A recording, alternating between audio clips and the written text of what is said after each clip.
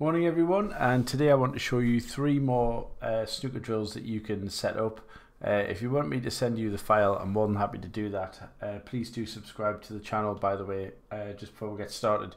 But what you'll need to do is probably set the shots up yourself, otherwise you get my cue settings. Now I know a lot of people say, oh, you know, send me your cue settings because I want to play like you, but realistically you've got to be comfortable with your own setup, so more than happy to do that if you want me to do that. So basically you go to quick play and you go to trick shot, setup shot. Don't worry about what game you've got in there, if any, and you press OK. You'll come to this screen. I have the background off because I don't like the way the light shows in snooker, but in practice you can leave the background on. By doing that you just go settings, misc, background on, OK. Then you press escape and you click on load save game. If you've put the drills in correctly, you will get in the quick play files all these drills. I'm going to show you the one at a time drill, the B drill, and the Y drill. Sorry, in the six pack drill today. I've shown you the Y drill, the T drill, and the lineup drill before, but we'll show you these. So eventually I might put these pack together, but again, because the only thing that stops me doing that is because you would get my cue settings, you're better off setting them up yourselves, just copying them or taking a screenshot or whatever. So the one at a time drill, don't forget to press practice mode because that always gets on my nerves, and press OK, and you press T to get rid of the lines. Now what you'll see in this particular drill is that each time you put a ball in one pocket, you release a ball into the other pocket. For example, if we were to probably the easiest way, there'll be a good refresher. If I quit match, we go back to the screen, press OK, escape, load save game, leave practice drill open just for the benefit of me doing this drill so I can show you more easily what's going on here. Can move the ball. So let's say for example here you pot the first ball and we screw back for the black, and let's say we pot the black, we then come off the bottom cushion and we come up for this red here. So as you'll see there, that red now goes into that pocket, and let's say we just knock this in, and now we come round after hitting the black and we land on this red here. So as you see, we can ladder our way up for all of these balls, and it's a good practice. So for this one here, if we come round, you'll see that this ball does go in here, and once you're up to this point you can run through, and then you've opened up by virtue of that shot, you open up this ball into, sorry, that ball's gone. Sorry, I'm getting myself confused. That ball's gone to that pocket, and now this ball's open into there. So fairly straightforward concept, guys. You can see that that allows you to practice cue ball control, finishing high on the colours, high on the black, high on the pink. You know, it's quite a cool drill to play. So let's load the next one, and we're going to have a go at this one while we're playing it. And if I mess up, then such is life. We've got the six-pack drill. I think I'll show you the B drill first because the six-pack one's a bit more complicated. So there's kind of a progression here. You've got the lineup, you've got the one at a time drill, then you've got the T drill, then the Y drill, then the B drill. That's the progression I'll do it, and finally the hardest drill is the six-pack drill. But we'll take a look at the B drill first, making it a practice situation. I'm not sure if I've highlighted that or not now. Find out. T to get rid of the lines. Okay, so you'll notice it's in like a B shape. So you've got elements of the T drill with this lineup of balls, but what you've got here critically is if we look at the pink, we see that the ball is blocked, kind of blocked. I should maybe move that one, but the pink doesn't really go past these balls. So the thing about this particular drill is these balls here, these four there, they're not too bad to get. These are helpful to get rid of. And this guy can be a bit tricky because he blocks this ball into that pocket. He blocks that ball into the corner pocket. So it's good to get rid of this guy. Now you can cheat and start there, but I wouldn't recommend it because I would start with this ball because it's the least. It means you've got to solve the challenges basically on it.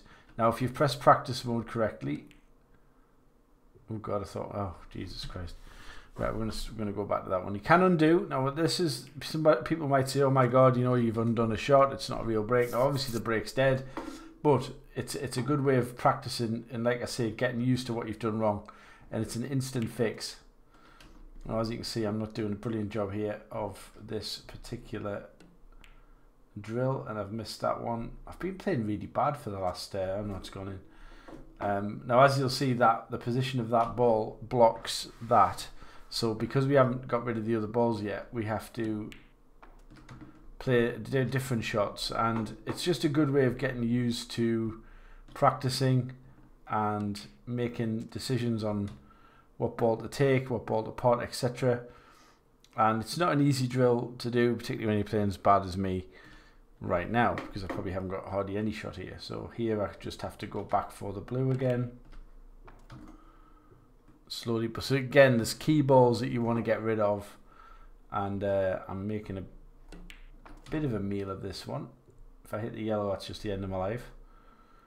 So that's not a bad shot. Now there's kind of a general etiquette when you're doing these. I could have got that one, but not quite. There's sort of a little bit of etiquette when you do these, that you're not supposed to hit one of the other reds. So I kind of subscribe to that. I know that Semi, for example, he will want to get a 147, which is great, but you don't have to. There's no hard and fast rule on that. The key thing is getting the pots and getting the cue ball control if you can. And I'll probably hit that red. Like I say, for me personally, I'm not too worried about that. I'm going to try and just pinch the pocket ever so slightly just to try and get past this red. And I was trying to land on the really awkward guy, and I have. So, but the best thing to do is to get rid of these balls early. And then once you get down to a few, it's all about decision making, planning. Obviously execution's a major part of it, but apart from my hideous miss at the start, I tend not to miss the that's famous last words. What did I do there? I'm just interested to see if I would have potted that. Yeah, it's just a side spin that got me there, which is really irritating. So again, once you get down to this sort of area, you're sort of good to go. But obviously I missed a couple there, which wasn't fantastic. So we go to quick match, and again, this is just a run through of how to get the shots up, because it's a bit clicky.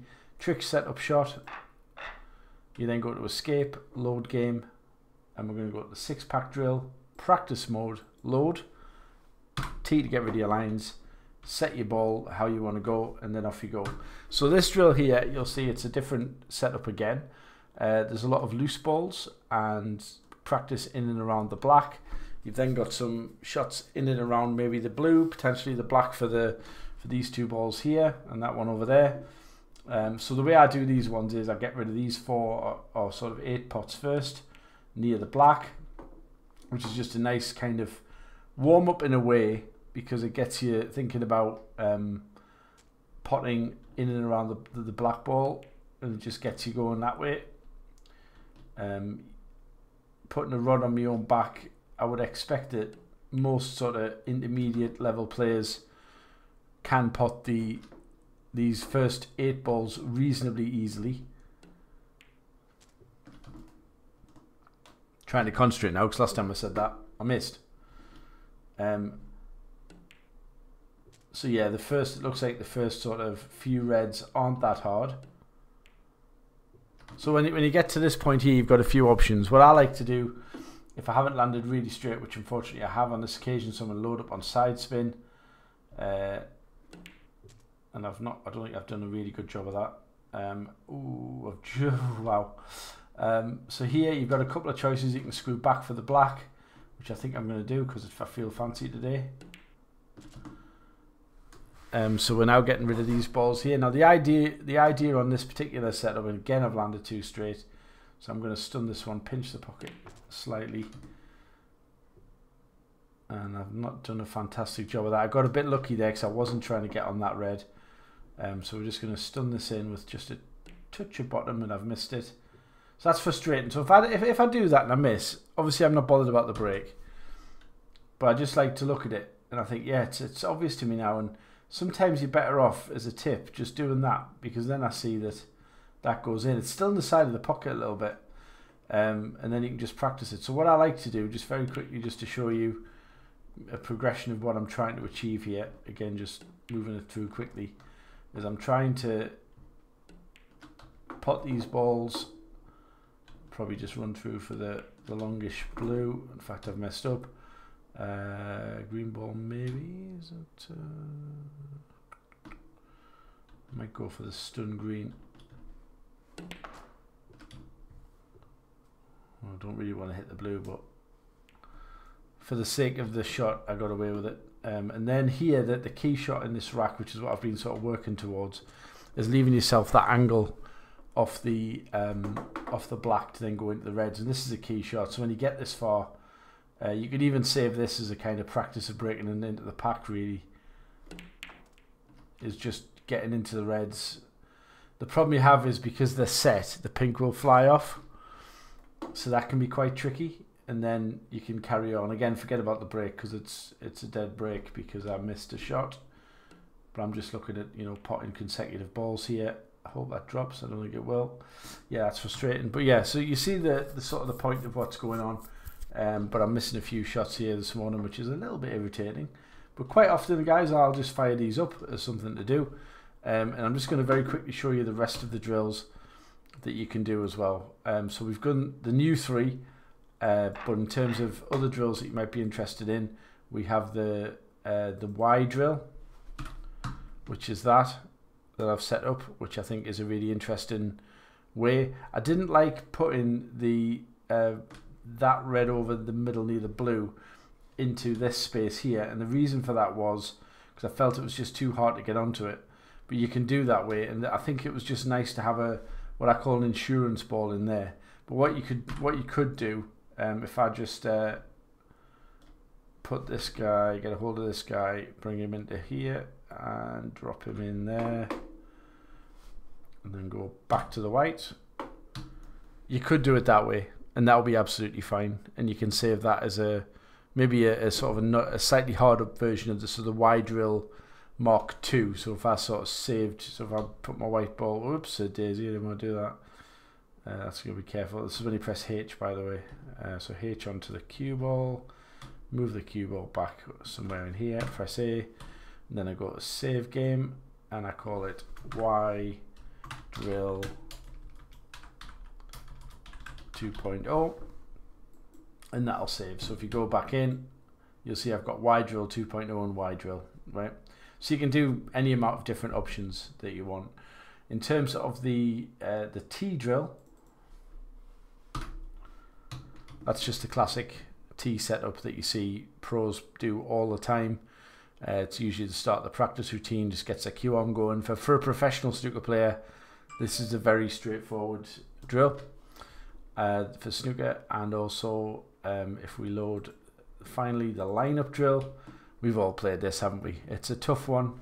I managed to get over it. I cleared the table a couple of times in real life, but you know, it should be easier, but it's not. It's really tough. But yeah, you'll be able to get yourself good breaks on this, and it's just a good practice drill to get your cue on going, even on VP4. Now, the only other one that I haven't shown you is the pool square 15 balls. Now, just for the benefit of showing you what that is, I just set that up on a pool table where just a nice potting drill that you can enjoy just to get your arm going, just potting a few balls. If you've got just a few minutes to play, you can just fire that up and knock some in, and it's a good drill to do. And if you're going to extend the difficulty of that, for example, you might, if it's going to let me do it, I don't think it is, because you could, for example, oh, there we go, you could take balls like that and put them over here, for example. You could freeze them to the pocket, the cushion, which I absolutely hate because I just can't do. And you could do that, for example, and obviously I go over the top and check that they're on the line. The way I do that is I go right over the ball and I just line it up with the line. Obviously I haven't done that on all the balls, and just do it there, shoot it over, get it roughly where I want it, press A, and as you can see, for example, oops, So you might just do that and drop this back to here. You might put this one, oh no, seem to have fine-tuned it. You might put that one halfway in between, and you put that one halfway in between, and that one towards the back. So it's very easy to, as you can see there, keep it symmetrical but make it slightly tougher. So there's plenty of options you can do. So I might save this as 15 pool, 15 2.0, and there you go. So next time I want to practice a game, I've got all these options. So there's a little unlimited type of drills you can do, guys, and if you're sort of mindful to set these up, obviously that's quite a fun drill to do if you ever play in the club. There's plenty of ways you can play it. I just put all the balls. I don't worry about you know, spots and solids, but if you wanted to do that, you can have all the solids at the top, all the spots at the bottom, and the black as the 7 ball, for example, right in the middle. That might be a tidier way of doing it. And then if you really want to be really fancy, set them up and then put them in order, and that's obviously harder as well. So hope you enjoyed that video, guys, and let me know if you want, you know, hopefully I gave you some ideas, a way of getting some good practice in on VP4, and I'll see you guys in a future video.